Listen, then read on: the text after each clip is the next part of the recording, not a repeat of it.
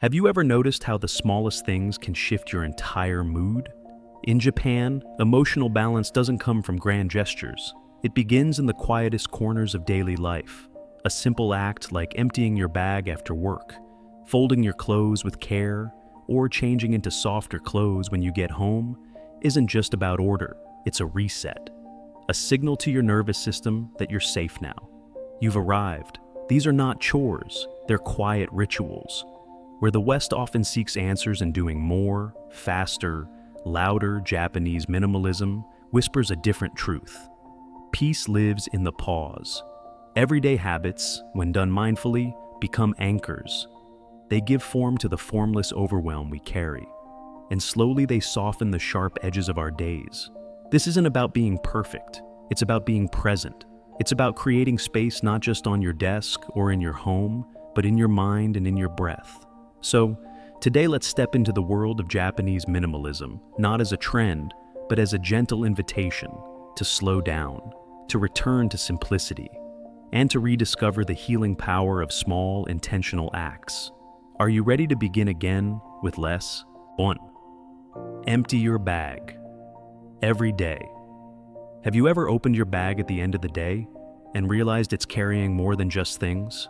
Old receipts, crumpled wrappers, random chargers, half-eaten snacks, sticky notes you forgot to read. It may seem trivial, but this small chaos often mirrors the mental noise we carry home with us. And in Japan, there's a quiet practice that addresses it not with guilt, but with grace. Every evening, many Japanese people take just 5 minutes to empty their bag. They remove everything papers, coins, clutter, and gently put back only what's truly needed for tomorrow. It's not about control, it's about clarity, about creating space in the one place we rarely think about: our hands, our habits, our daily rhythm. This simple act becomes a kind of moving meditation. As your hands sort and sift, your mind unwinds. You begin to ask, softly and without judgment, do I really need this? Over time, this question doesn't just apply to your bag, but to your thoughts, your choices, your life. We often look for big changes when we feel overwhelmed, but maybe the first reset begins with what we're carrying, not in our head, but on our shoulder. Try this. Tonight, before you go to bed, sit down with your bag. Empty it fully. Toss what no longer serves you. Organize what still does. And tomorrow, when you leave the house, you'll do so a little lighter, not just in your hand, but in your heart. In the quiet of that 5-minute habit is the beginning of peace. 2. Fold clothes. Slowly. We often see folding clothes as just another chore, something to rush through, something to check off the list. But in Japan, it's different. Folding is more than function. It's a quiet ritual, a gentle pause in the rhythm of a fast-moving world. Imagine this. You've just finished your laundry. Instead of crumpling things into drawers or mindlessly rushing through the task, you sit down. You take a deep breath. You touch each shirt, each pair of socks, and you fold them slowly, intentionally. Maybe you put on soft music, maybe you work in silence, but for those few moments, you're fully here. When we move with care, our minds follow. Your breathing slows, your thoughts soften. Folding becomes an act of presence, and in that presence, there's something incredibly healing. Japanese culture embraces this slowness, not as laziness, but as a way of honoring both your belongings and yourself. It's not about being neat for neatness' sake. It's about giving shape to your space, and in turn, to your inner world. The act of folding, done with mindfulness, becomes a kind of internal housekeeping, a reset, a reminder that you deserve peace not just on your shelves, but in your mind. What if folding your clothes wasn't just a task, but a form of therapy? If your room feels overwhelming, if your closet is overflowing, try this. Take just 5 minutes. Choose one pile. Fold with care. Don't rush. Let your hands guide your breath. Notice the texture. Feel the fabric. Let each motion be slow, steady, deliberate. Over time, this habit becomes more than just about tidying. It becomes a grounding practice. A message you send yourself, quietly and consistently. I am worth a calm space. I am worth slowing down. In the stillness of folding, your day begins to settle, And in that quiet, something inside you exhales. 3. Clear the entryway. There's a quiet magic in crossing the threshold of your home. In Japan, the entryway called genkan is more than a place to take off your shoes. It's a sacred boundary, a moment of transition, the space between the outside world and everything that matters within. Think about it. You've been carrying the weight of your day, the noise, the urgency, the pressure. When you arrive home, the first few seconds matter. If your entryway is cluttered shoes tossed, bags piled, jackets draped across chairs, it's as if the chaos follows you inside. But when the space is clear, there's a kind of soft exhale that happens, a feeling that says, I'm home now, I can breathe. In Japanese homes, the genkan is kept clean and minimal, a few shoes neatly lined, a small mat, perhaps a soft light. Nothing excessive, just enough to remind the body and mind to slow down. It's not about impressing guests. It's about offering yourself a gentle welcome every single day. Modern life rarely gives us pause, but your doorway can. It can be your cue to release the day, to shift gears and return to yourself. Maybe it sounds too simple, but simplicity is the point. We don't always need more things. We need more signals that say, you're safe now, you can let go. So, here's something to try. Tonight, clear your entryway. Remove the shoes you never wear. Hang the jackets that are usually thrown on the floor. Add a soft light or a small plant. Make it feel like an invitation, not an afterthought. Let that first step into your home become a step into calm, because peace doesn't begin in the living room. It begins at the door. 4. Eat until 80% full. We live in a culture that often tells us to finish the plate, to eat quickly, to eat more. But in Okinawa, Japan, where some of the world's longest living people reside, there's a quiet, powerful phrase, hara hachi bu. It means, eat until you're 80% full, not until you're stuffed, not until you're uncomfortable, just enough. At first glance, it might sound like a diet rule, but it's something much deeper. Hara hachi bu is a mindset, a moment of awareness, a soft whisper from your body that says, that's enough. When we eat slowly, intentionally, something shifts. We begin to notice the flavors. We reconnect with our hunger, not just physical, but emotional. We stop eating to fill a void and start eating to nourish what's already there. Think about your last meal. Did you taste it? Did you pause halfway through and check in with yourself? Or did you rush, distracted, already thinking about what's next? In Japan, this gentle habit isn't about deprivation. It's about respect for your body, your energy, and the quiet signals we so often ignore. And as strange as it sounds, learning to stop eating is also a lesson in learning to stop doing, to pause, to listen. Try this. At your next meal, serve yourself just a little less. Eat slowly, breathe between bites. Halfway through, ask yourself, do I feel satisfied, or am I chasing something else? You might be surprised by what you find, not just on your plate, but in your heart. Because eating to 80% full isn't just about food. It's about creating space, for ease, for clarity, for stillness after the meal, instead of guilt or discomfort. And in that quiet space, you make room for something rare, contentment. 5. Fewer dishes. Open your kitchen cabinets right now. What do you see? For most of us, it's an avalanche of mismatched mugs, chipped bowls, plates we haven't touched in months, and yet, we keep them. Just in case. For guests. For a life we imagine, but rarely live. In Japanese minimalism, there's a different approach, quiet, intentional, deeply liberating. Many households choose to use just a few high-quality dishes. Not because they can't afford more, but because less is enough. And enough, when chosen mindfully, becomes beautiful. When you reduce the number of dishes you use, something subtle but powerful happens. There are fewer decisions to make, less to wash, less to put away, and more space physically, emotionally, mentally. You create a rhythm. Use, clean, return. It's no longer about catching up with the mess. It's about staying in step with your life.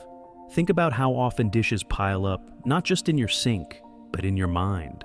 That silent mental weight of things undone, things ignored. Minimalism doesn't just organize your kitchen, it gives you emotional breathing room. Here's a small challenge. Choose your 2 favorite plates, 2 bowls, and a set of utensils. Just enough for 1 week. Store the rest. Notice how you move, how you clean, how your mind responds. Do you feel calmer when your sink is empty? Do you feel more present when you're not overwhelmed by options? This isn't about denial. It's about freedom. The kind of freedom that comes from fewer choices and more clarity. Sometimes the path to inner peace doesn't begin with meditation or journaling. Sometimes it starts at the bottom of your sink, with 1 plate, 1 moment, and the space it leaves behind. 6. Change clothes after work. You walk through the door after a long day, your bag on one shoulder, your mind still racing. Deadlines, emails, conversations that linger. You're home, but your body hasn't caught up yet. You're still on, still in work mode. Now, imagine this instead. You drop your keys gently in a bowl, step out of your shoes, walk into your room, and slowly change into something soft, loose, comfortable. A cotton shirt, a pair of worn-in pants, maybe even slippers. And as you do, something inside shifts. In Japan, this isn't just a routine, it's a reset. A ritual that signals to your nervous system, you've arrived, the workday is done, you are safe, you can let go. We underestimate how physical transitions influence emotional ones. The clothes we wear aren't just fabric, they're signals. Keeping your work clothes on often means your brain stays wired, alert, prepared. But when you deliberately change, you're telling yourself, it's okay to rest now. This small gesture holds surprising power. It's not lazy, it's intentional. It's a moment of self-respect in a world that keeps asking for more. Try creating a little ritual when you return home. Take a deep breath, change your clothes, pour a glass of water. Maybe play music. Don't rush into tasks or screens. Just let yourself land. Arrive. You'll be amazed at how different your evenings feel, how your mind softens and your breath deepens with a simple change of clothes. Because home isn't just a place, it's a feeling. And sometimes it begins with what you choose to take off and who you give yourself permission to become next. 7. Write by hand. Every day. There's something quietly magical about putting pen to paper, not on a glowing screen, not with autocorrect or distractions just a tap away, but with your own hand, your own rhythm, your own breath. In Japan, many people still choose to write things by hand even in a digital world. A to-do list, a journal, a reflection at the end of the day. It's not about nostalgia, it's about presence. When you write by hand, something in you slows down. Thoughts that once raced begin to walk. Ideas that were tangled begin to untie themselves. You're no longer typing to finish. You're writing to feel. So much of our mental stress doesn't come from the events of the day, but from the way our minds replay them, again and again. Worry loops, regret spirals, overthinking everything we said or didn't say. But writing breaks the cycle. It gives your thoughts a place to land, a soft space outside of your body. You don't need a fancy notebook or the perfect journal aesthetic. Just a pen, a scrap of paper, and 5 quiet minutes. Each evening, before bed, try writing down 3 things you felt today. Not achievements, not tasks, but emotions, confusion, gratitude, restlessness, joy. Whatever came and went, capture it. No need to analyze, just notice. Over time, this small act becomes more than just reflection, it becomes emotional housekeeping.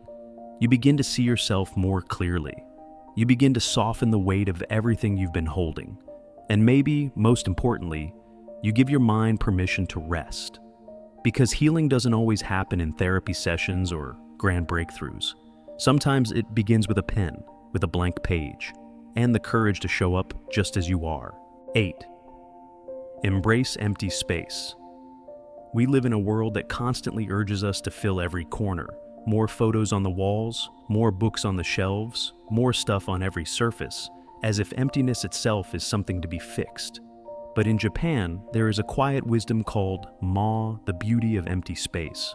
Not as absence, but as presence. Not as a void, but as breathing room for the soul. An empty table, a bare shelf, a quiet corner with nothing on it. In Western culture, we often feel the need to explain or decorate these spaces. But in Japanese philosophy, they are intentional. These open areas are not incomplete, they're sacred.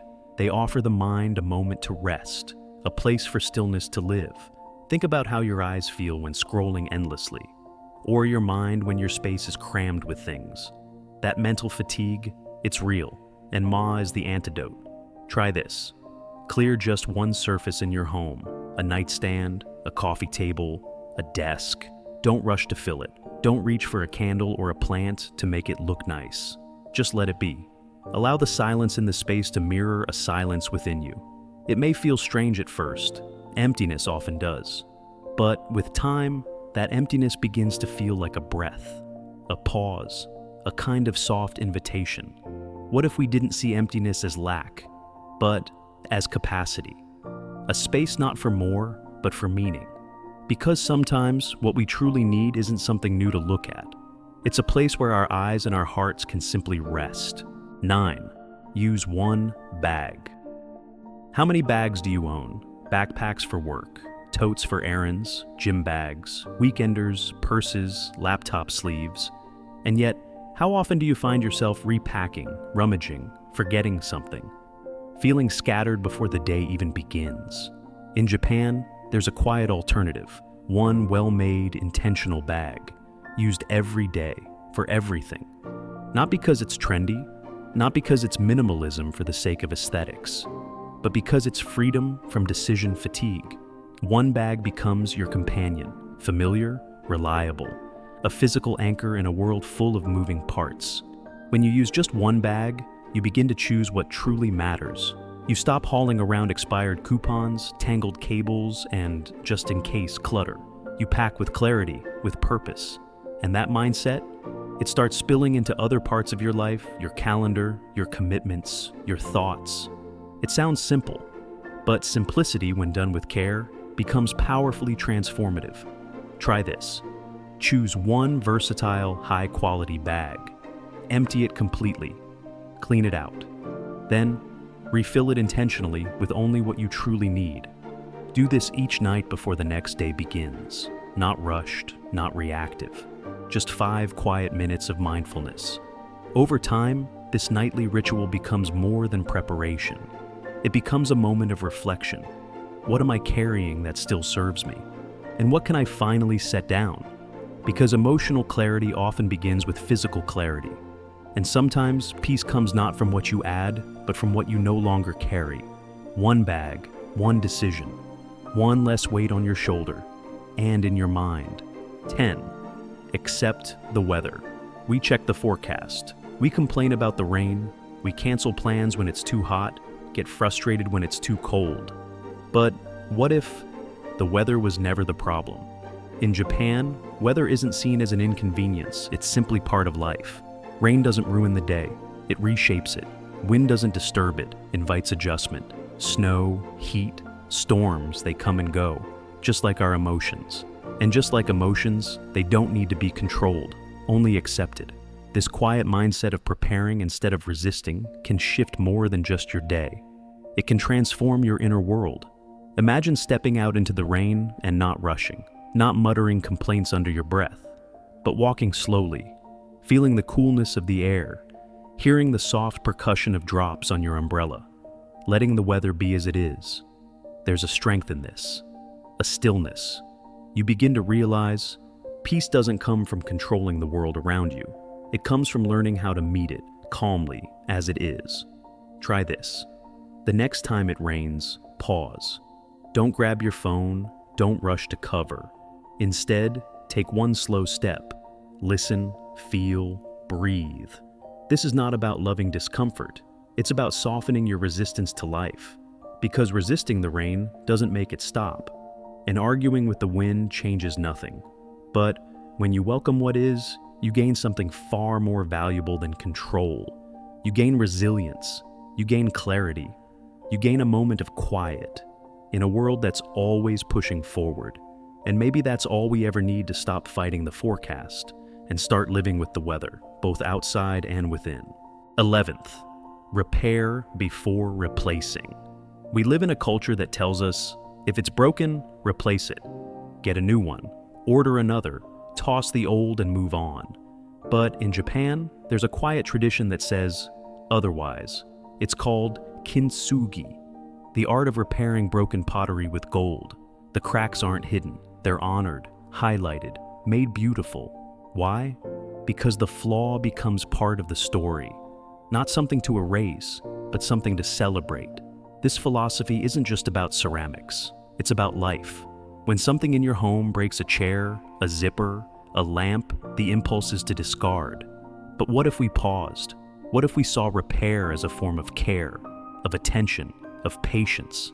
Fixing a torn seam, tightening a screw, mending what's worn, it's not just practical, it's emotional.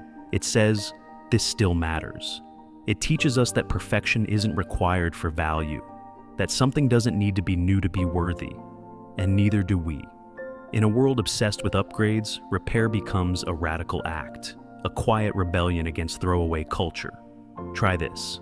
The next time something breaks, don't toss it right away. Sit with it. Ask yourself, can this be fixed? Maybe you don't know how yet, but maybe learning becomes part of the process. Maybe that process teaches you more than you expected, because when we repair, we also rebuild our relationship with patience and with imperfection.